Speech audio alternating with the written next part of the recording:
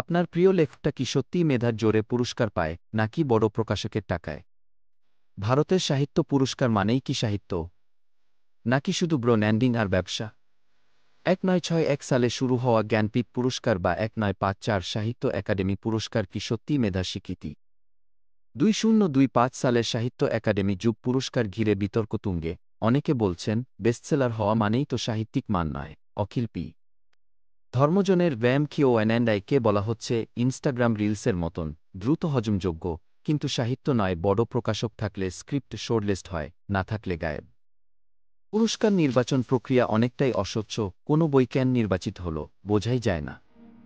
অনেক রাজ্য স্তরের পুরস্কারেও নিজের লোকেদের প্রাধান্য বেশি, ভাষাগত বা আঞ্চলিক পক্ষপাতের অভিযোগও আছে। তাহলে আপনি বলুন, পুরস্কারটা মেধার স্বীকৃতি না বাজারের খেলা? কমেন্টে জানান আপনার মতো। আর এরকম সাহসী ও সত্যভিত্তিক ভিডিও পেতে সাবস্ক্রাইবই করতে ভুলবেন না।